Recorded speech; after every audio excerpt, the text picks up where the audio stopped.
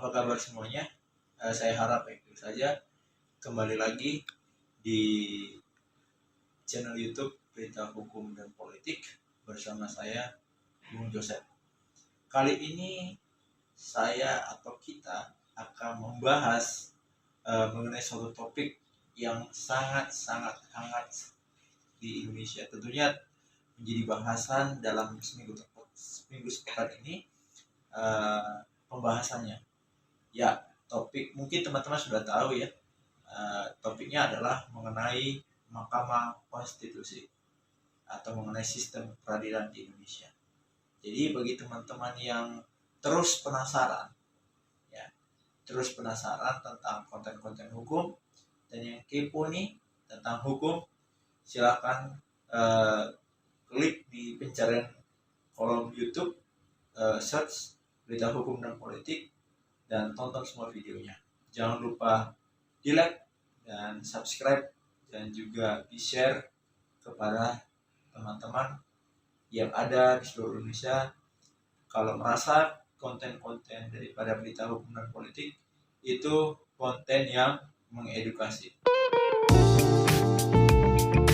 Teman, sebelum kita kupas tuntas mengenai Mahkamah Konstitusi, tentu tak kurang atau tak asik rasanya kalau tidak membahas sejarahnya dulu mengenai sistem peradilan. Nah, sejarah Mahkamah Konstitusi ini sendiri, kalau kita telisik lebih jauh, bahwasanya Mahkamah Konstitusi ini merupakan ide daripada negara hukum yang dicetuskan oleh J.J. Rousseau dan juga Montesquieu, yang dimana kedua tokoh ini menginginkan suatu negara yang berdasarkan hukum. Di mana Montesquieu pertama kali mencetuskan ide ini, teman-teman, karena ia menentang ataupun Montesquieu menentang namanya sistem pemerintahan yang absolut. Di mana pada saat itu sistem pemerintahan absolut itu dilaksanakan di Prancis, yakni dengan Raja Louis ke-14. Di mana Raja Louis ke-14 merupakan pemimpin atau raja yang dikenal dengan diktator pada era kepemimpinan Prancis pada saat itu. Di mana salah satu bentuk kediktatoran daripada Raja Louis ke-14 yakni dia mengeluarkan statement "Le Etat c'est moi", yang artinya hukum adalah saya atau mulutku adalah hukum. Nah, itu pernyataan daripada Raja Louis ke-14, teman-teman. Nah, di mana itu ditandai kediktatoran Raja Louis ke-14 itu ditandai dengan penjara Bastille.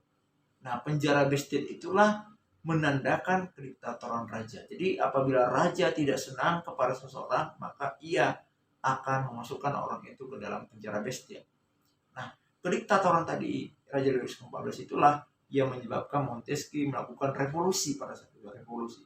Di mana revolusi ini tujuannya tadi seperti yang saya katakan, bahwasanya untuk memisahkan kekuasaan dan tidak terjadi absolutisme kekuasaan. Nah, pemisahan itu dikenal dengan namanya separation of power. Nah, separation of power itu ada 3, yakni 1 legislatif, tentunya legislatif itu adalah DPR, dan juga itu kalau di Indonesia ada DPR, DPD, MPR. Kalau di negara-negara Amerika itu ada Senat dan juga pimpinan DPR, DPR Senat. Kalau di Inggris ada namanya House of Lords dan ada House of Representative kalau di Inggris. Nah, kedua itu adalah eksekutif. Eksekutif itu siapa? Kalau eksekutif dengan sistem pemerintahan presidensial, tentunya teman-teman itu adalah presiden. Kalau dia dengan sistem pemerintahan yang parlementer, tentu dia eksekutifnya itu adalah Perdana Menteri. Nah, kalau raja itu dia hanya simbol kepala negara, tetapi kepala pemerintahnya adalah Perdana Menteri. Nah, kalau yudikatif, ini dia tadi teman-teman. Yudikatif itu merupakan suatu lembaga peradilan. Nah, kalau di Indonesia itu lembaga peradilan ada 3, yakni Mahkamah Agung, Komisi Yudisial, dan juga Mahkamah Konstitusi. Yang dimana Mahkamah Konstitusi topik yang saat ini kita bahas, teman-teman. Nah, kalau di Amerika itu lembaga peradilannya itu Mahkamah Agung. Nah, di Mahkamah teori revolusi Prancis ini berkembang ke seluruh negara. Salah satunya itu adalah badan peradilan. Nah, di Amerika itu badan peradilan itu hanya ada namanya Mahkamah Agung dan badan peradilan lain, atau badan peradilan yang federal. Nah, kalau di Mahkamah Agung itu di Amerika Serikat berdasarkannya itu pertama kali kasus Madison dan Marbury yang dimana ditangani oleh John Marshall pada saat itu, merupakan hakim agung di Amerika Serikat. Tuh, jadi kasus Madison dan Marbury ini untuk menguji ataupun melakukan judicial review bahasa lainnya, karena hak mereka itu dilanggar oleh undang-undang. Jadi mereka mengajukannya ke pengadilan. Ini di tepatnya di Mahkamah Agung. Kalau berbicara Mahkamah Konstitusi, itu ada beberapa negara yang memiliki Mahkamah Konstitusi sendiri, bukan Mahkamah Agung, tetapi Mahkamah Konstitusi sendiri.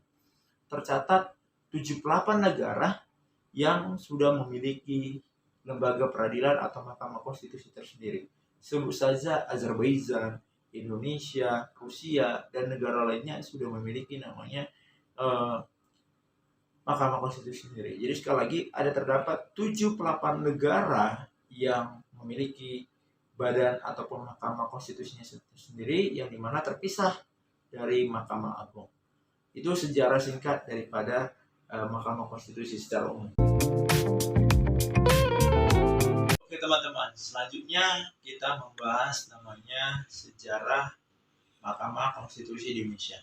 Seperti yang tadi saya katakan di awal, atau yang kita bicarakan di awal, kita bahwasanya Indonesia sendiri yang merupakan salah satu negara yang menganut negara hukum dan mempunyai Mahkamah Konstitusi tersendiri. Nah, sejarahnya bagaimana gitu kan? Tentunya teman-teman nanya, sejarahnya gimana bang terbentuknya Mahkamah Konstitusi? Kok bisa Mahkamah Konstitusi ini di Indonesia itu ada? Kan gitu ceritanya. Nah, jadi tentunya teman-teman, sejarah Mahkamah Konstitusi ada di Indonesia itu tidak lepas dari namanya reformasi tahun 1998, di mana pada saat itu gerakan reformasi yang dilakukan oleh beberapa mahasiswa dan juga para aktivis pada saat itu pemerhati demokrasi dan hukum itu melakukan pemberontakan. Bahasa kasarnya dan tanda kutip adalah pemberontakan terhadap pemerintahan pada saat itu, di mana mereka melakukan penekanan atau pemberontakan kepada pemerintahan pada saat itu, dinilai karena pemerintahan pada saat itu terlalu absolut, sama halnya seperti Raja Louis ke-14 tadi itu, terlalu absolut dan terlalu otoriter, di mana kita ketahui pada saat itu pemerintahan Orde Baru itu memimpin kurang lebih tahun 1967 sampai dengan 1998. Kurang lebih 33 tahun pada saat itu pemerintahan Orde Baru dibawa kendali oleh Bapak Soeharto pada saat itu, Bapak Jenderal Purnawirawan Soeharto pada saat itu. Dia mengendalikan atau menjadi presiden pada saat itu Indonesia dengan sistem kediktatorannya. Nah, kediktatoran itulah memunculkan gerakan reformasi tahun 1998. Nah, menuntut agar bahwasanya terjadi pemisahan kekuasaan di tubuh pemerintah pada saat itu. Nah, perubahan itu ataupun gerakan reformasi itu mengakibatkan terjadinya amandemen Undang-Undang Dasar tahun 1945 sebanyak 4 kali, yakni dimulai tahun 1999, tepatnya tanggal 19 Oktober tahun 1999, terus tanggal 18 Agustus tahun 2000, dan yang perubahan ketiga itu adalah tahun 2001, tepatnya pada tanggal 10 November tahun 2001. Nah, perubahan ketiga ini, disitulah terdapat pasal yang mengatur mengenai Mahkamah Konstitusi, yakni pasal 24 dan 24C mengenai Mahkamah Konstitusi. Nah, jadi sejarah Mahkamah Konstitusi itu tidak terlepas dari namanya mekanisme ataupun sejarah reformasi tahun 1998. Oke teman-teman, tadi kita sudah membahas sejarah mengenai Mahkamah Konstitusi secara umum dan negara-negara mana saja nih yang menganut ataupun memiliki Mahkamah Konstitusinya sendiri, dan sejarah Mahkamah Konstitusi di Indonesia pun sudah Bung Joseph jelaskan tadi. Nah, sekarang mungkin teman-teman bertanya nih yang menonton video ini, apa sih Bang, apa sih Bung tugas dari Mahkamah Konstitusi ini? Jangan-jangan lembaga ini dibentuk tanpa ada tugas dan fungsinya, menghabiskan keuangan negara. Mungkin itu pertanyaan teman-teman. Nah, teman-teman, jadi lembaga negara itu tentu dibentuk melalui proses politik, tidak asal sembarangan. Tentu ada tujuan dan maksud didirikannya itu. Nah, salah satunya adalah Mahkamah Konstitusi. Tujuan dan fungsi Mahkamah Konstitusi sendiri berbeda dari setiap negara. Seperti Amerika Serikat tadi, dia itu menguji, memang Mahkamah Konstitusinya itu Mahkamah Agung, yang dimana dia itu tujuannya adalah untuk menguji suatu peraturan yang apabila dilanggar hak konstitusionalnya, yang dikenal dengan judicial review. Itu di Amerika Serikat, dengan menganut mereka adalah negara sistem hukumnya adalah Anglo-Saxon, sama seperti Inggris. Nah, di Indonesia sendiri, tugas dan fungsi daripada Mahkamah Konstitusi ini sendiri, teman-teman, itu diatur dalam pasal 24C, yang dimana ayat kurang lebih adalah ayat 1 dan ayat 2 dijelaskan di situ. Jadi, tugas Mahkamah Konstitusi itu adalah mengadili peradilan pada tingkat pertama dan terakhir. Nah, tugasnya itu mengadili pada tingkat pertama dan terakhir itu adalah pertama, menguji peraturan perundang-undangan terhadap undang-undang dasar. Jadi ini teman-teman nih, bagi kalau ada haknya hak konstitusionalnya yang dilanggar, boleh mengajukan namanya judicial review ke Mahkamah Konstitusi. Itu diperkenankan. Nah, yang kedua itu adalah menyelesaikan ataupun memutus perkara sengketa hasil pemilihan umum. Nah, jadi Mahkamah Konstitusi itu selain menguji undang-undang terhadap undang-undang dasar, itu bertugasnya adalah memutus ataupun memeriksa perkara perselisihan pemilu. Itu yang kedua. Nah, yang ketiga adalah membubarkan partai politik. Nah, jadi bagi teman-teman ini yang merasa ada partai politik yang tidak sesuai dengan ideologi Pancasila dan undang-undang dasar tentunya, maka teman-teman boleh melaporkan itu kepada Mahkamah Konstitusi. Tugasnya itu. Nah, tugas selanjutnya teman-teman itu adalah menyelesaikan sengketa antar lembaga negara. Contoh nih, misalnya nih ada polisi ataupun DPR dengan Mahkamah Agung, yang dimana kedua lembaga ini diatur dalam Undang-Undang Dasar. Mahkamah Konstitusi berhak nih teman-teman mengadili ataupun menyelesaikan sengketa tersebut. Itu. Nah, yang itulah mengenai tugas pokok daripada Mahkamah Konstitusi. Oh iya, satu lagi lupa. Mahkamah Konstitusi berhak untuk mengadili presiden, yang dimana apabila presiden itu tidak memenuhi syarat sebagai presiden dan wakil presiden. Itu semana termaktub dalam pasal 7A. Apabila presiden tidak memenuhi syarat dan ketentuan atau melakukan perbuatan tercela dan korupsi, maka Mahkamah Konstitusi berhak untuk itu. Tetapi dalam proses hukumnya, apakah dia benar melakukan itu atau tidak, itu teman-teman. Jadi saya rasa tugas dan fungsi dari Mahkamah Konstitusi itu dulu, bahwasanya tugasnya tadi sudah Bung Joseph jelaskan, yaitu terdapat dalam pasal 24C Undang-Undang Dasar tahun 1945. Dan juga tugasnya ini diatur dalam Undang-Undang Nomor 24 Tahun 2003 tentang Mahkamah Konstitusi. Oke teman-teman, tadi kita sudah membahas sejarah, fungsi, dan juga sejarah Mahkamah Konstitusi di Indonesia. Tentu kita juga kali ini juga saya akan membahas juga namanya asas dalam beracara di Mahkamah Konstitusi, atau bisa disebut asas Mahkamah Konstitusi.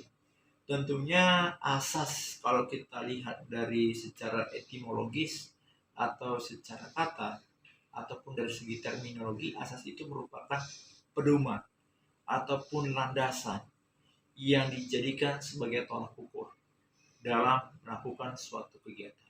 Jadi itu asas.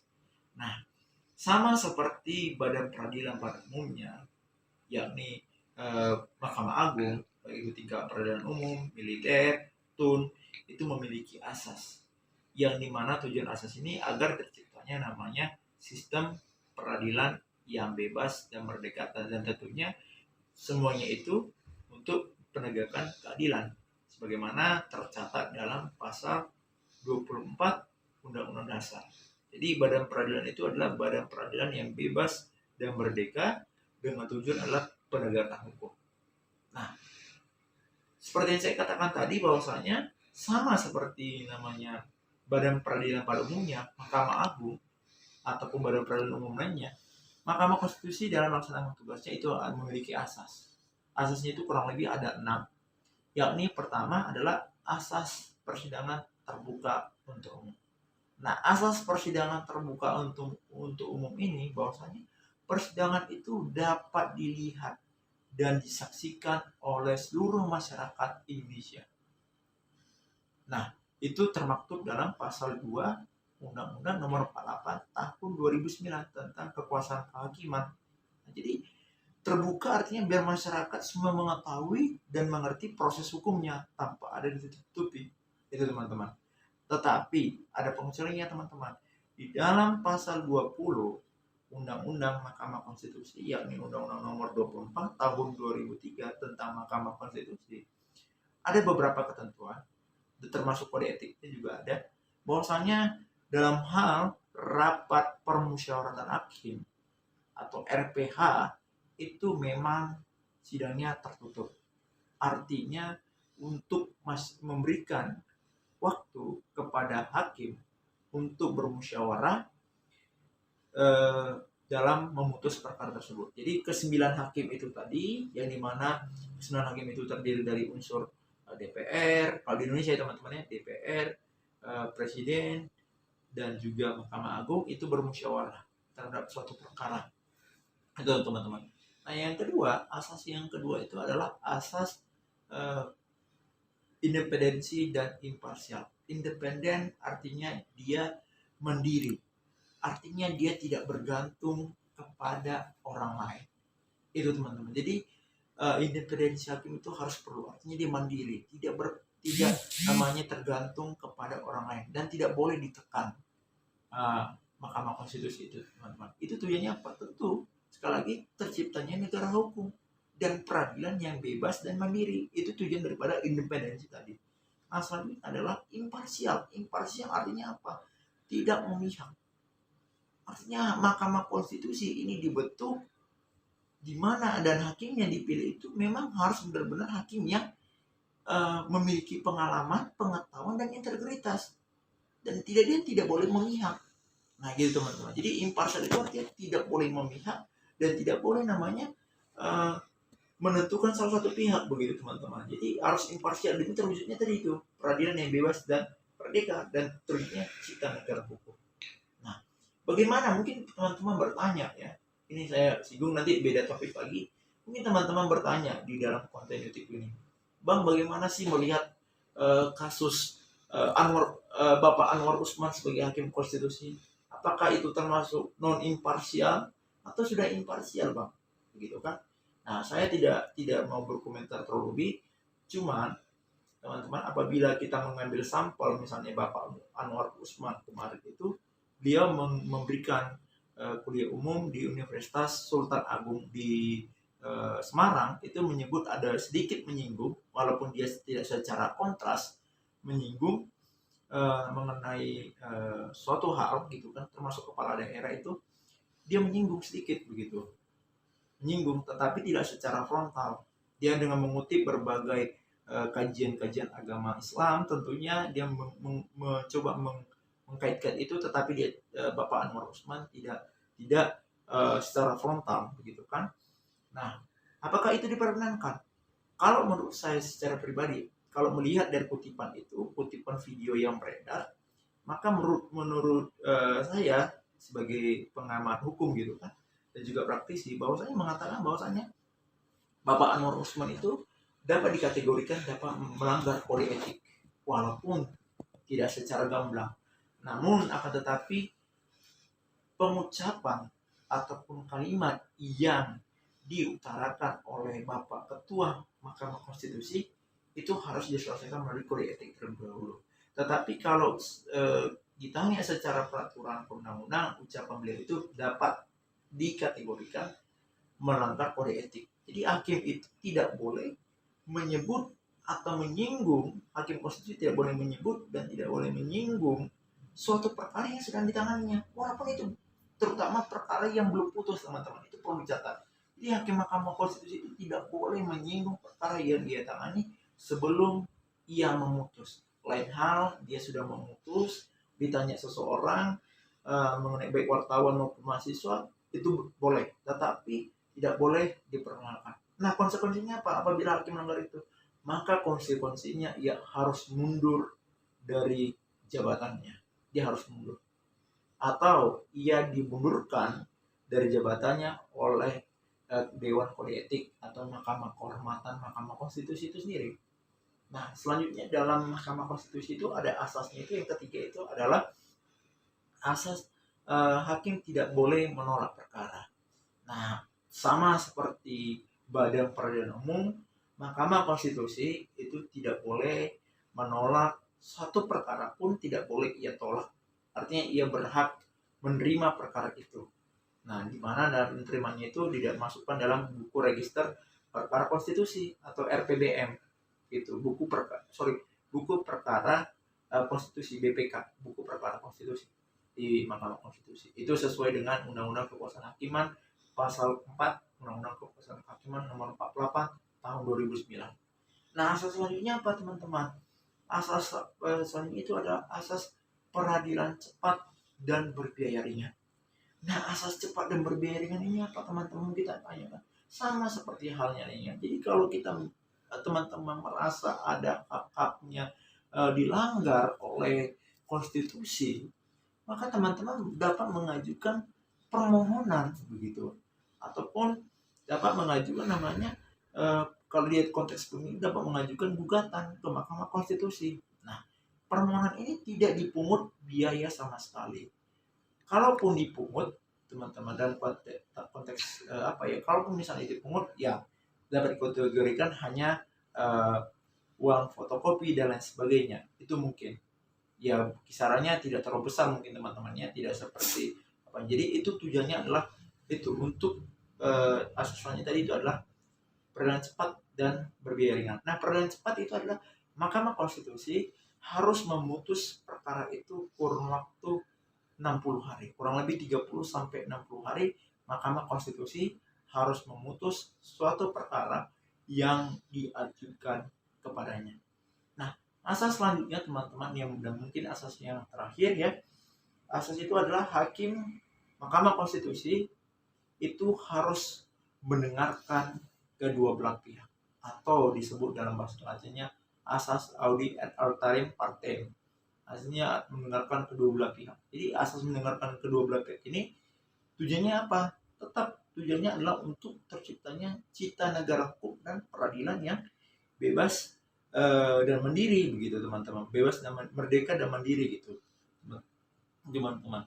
Jadi mendengarkan kedua belah ini agar tercipta namanya itu tadi prinsip negara hukum, kedua adalah peradilan yang bersih, dan juga tercipta keadilan. Jadi misalnya teman-teman nih mengajukan misalnya permohonan uji material misalnya terhadap undang-undang, misalnya kita sebut misalnya omnibus ataupun undang-undang pemilu, maka Mahkamah Konstitusi tentu apabila teman-teman membuat dalam permohonan itu adalah mengenai pihak-pihak yang terkait, misalnya kita adalah undang-undang tadi itu DPR, maka Mahkamah Konstitusi itu mengajukan atau memanggil namanya pihak DPR tersebut. Nah, begitu teman-teman, untuk didengarkan kedua belah pihak apakah benar petitium teman-teman itu, maksud petitium ataupun positia teman-teman itu ditanyakan kepada DPR, begitu teman-teman. Jadi agar dia seimbang.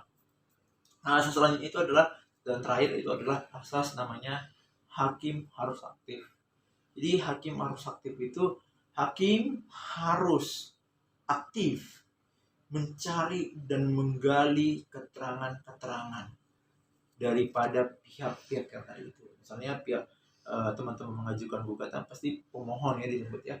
Jadi hakim itu aktif menggali kebenaran-kebenaran itu untuk tercipta namanya keadilan. Jadi hakim aktif menggali.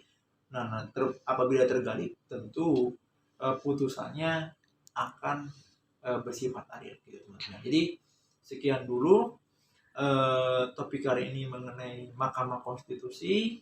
Teman-teman, tadi kita sudah belajar mengenai sejarah secara umum, terus sejarah di Indonesia, terus tugas dan fungsi Mahkamah Konstitusi di Indonesia, dan juga asas-asas mengenai Mahkamah Konstitusi, dan juga kita sedikit membahas mengenai contoh kasusnya tadi. Nah, bagi teman-teman yang merasa akhir kata, Bung Jose mengatakan kalau video ini benar-benar bermanfaat ya bagi teman-teman nih di seluruh Indonesia nih, di like lah, kan, di like, di komen nih, dan di subscribe ya. Kalau yang belum subscribe, di subscribe, dinyalakan notifikasinya ya, dinyalakan notifikasi loncengnya itu, karena semuanya gratis teman-teman, mulai dari like, subscribe, komen itu gratis tuh kan.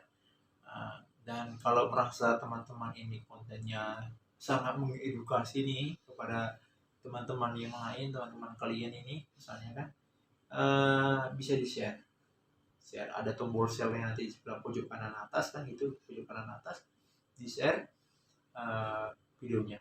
Oke teman-teman, salam sehat selalu, merdeka.